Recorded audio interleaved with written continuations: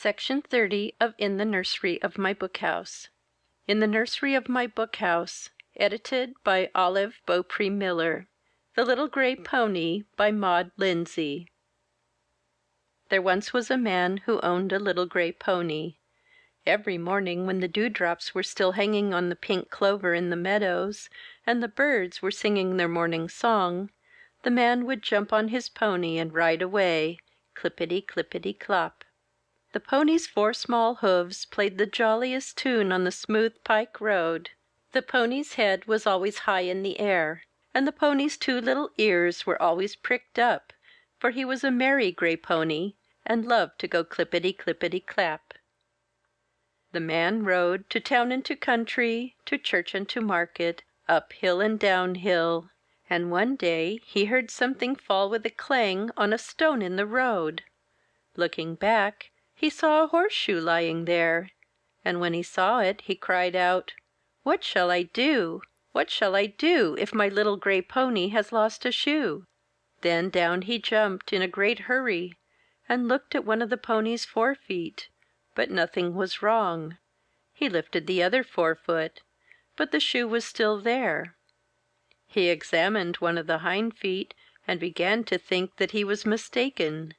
But when he looked at the last foot, he cried again, "What shall I do? What shall I do? My little gray pony has lost a shoe." Then he made haste to go to the blacksmith, and when he saw the smith, he called out to him, "Blacksmith, blacksmith, I've come to you. My little gray pony has lost a shoe." But the blacksmith answered and said, "How can I shoe your pony's feet without some coal the iron to heat?"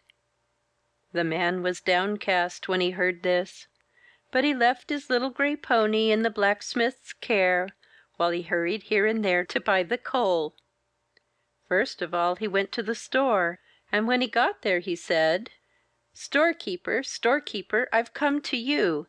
My little gray pony has lost a shoe, and I want some coal the iron to heat, that the blacksmith may shoe my pony's feet." But the storekeeper answered and said, "Now I have apples and candy to sell, and more nice things than I can tell, but I've no coal the iron to heat, that the blacksmith may shoe your pony's feet." Then the man went away sighing and saying, "What shall I do? What shall I do? My little gray pony has lost a shoe." By and by he met a farmer coming to town with a wagon full of good things, and he said, "Farmer, farmer, I've come to you. My little gray pony has lost a shoe, and I want some coal the iron to heat, that the blacksmith may shoe my pony's feet." Then the farmer answered the man and said, "I've bushels of corn and hay and wheat, something for you and your pony to eat, but I've no coal the iron to heat, that the blacksmith may shoe your pony's feet."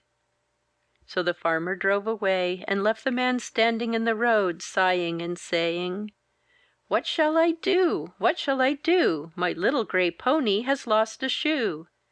In the farmer's wagon, full of good things, he saw corn, which made him think of the mill, so he hastened there and called to the dusty miller, "Miller, miller, I've come to you. My little gray pony has lost a shoe, and I want some coal the iron to heat, that the blacksmith may shoe my pony's feet."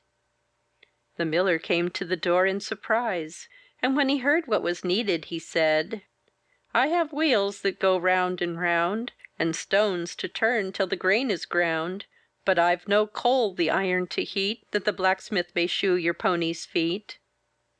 Then the man turned away sorrowfully, and sat down on a rock near the roadside, sighing and saying, "What shall I do? What shall I do? My little gray pony has lost a shoe." After a while a very old woman came down the road driving a flock of geese to market, and when she came near the man, she stopped to ask him his trouble. He told her all about it, and when she had heard it all, she laughed till her geese joined in with a cackle, and she said, "If you would know where the coal is found, you must go to the miner who works in the ground." Then the man sprang to his feet, and thanking the old woman, he ran to the miner.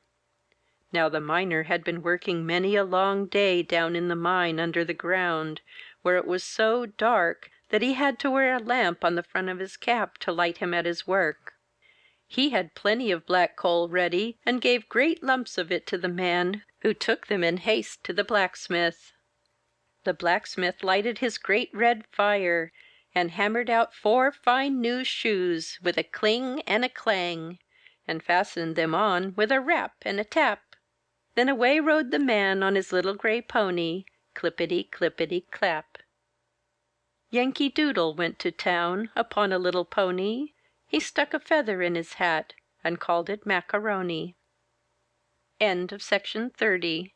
By Patty Cunningham.